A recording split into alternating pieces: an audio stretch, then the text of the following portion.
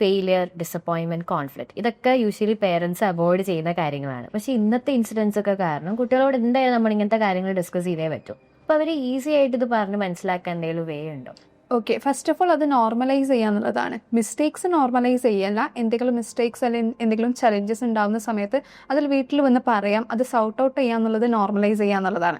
Parents അവരുടെ ലൈഫിൽ സംഭവിച്ച ഓരോ കാര്യങ്ങൾ പറഞ്ഞു കൊടുക്കാം.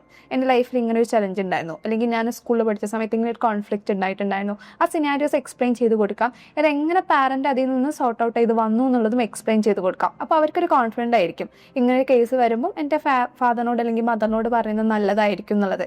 അതുപോലെ തന്നെ ഇപ്പം ഇങ്ങനെ ഒരു മിസ്റ്റേക്ക് അല്ലെങ്കിൽ ചലഞ്ചസ് വന്നു, നെക്സ്റ്റ് ടൈം അത് നമുക്ക് എങ്ങനെ സോർട്ട് ഔട്ട് ചെയ്യാം. നമ്മൾ നേരത്തെ പറഞ്ഞ പോലെ ഓപ്പൺ ആയിട്ട് ക്വസ്റ്റ്യൻസ് ചോദിക്കുന്ന പോലെ അവരോട് ഓരോ ക്വസ്റ്റ്യൻസ് ചോദിച്ചിട്ട് അവരെന്നെ ആൻസർ പറയുന്ന രൂപത്തിലാക്കുമ്പോൾ അവർക്ക് പുതിയൊരു ചലഞ്ച് അല്ലെങ്കിൽ കോൺഫ്ലിക്റ്റ് എന്തെങ്കിലും വരുന്ന സമയത്ത് അല്ലെങ്കിൽ എന്തെങ്കിലും ഡിസപ്പോയിൻമെൻറ്റ് ലൈഫിൽ വരുന്ന സമയത്ത് അവർ തിങ്ക് ചെയ്യും, okay how to overcome from this എന്നുള്ളത്. അങ്ങനെ നമുക്ക് റെഡിയാക്കി എടുക്കാം.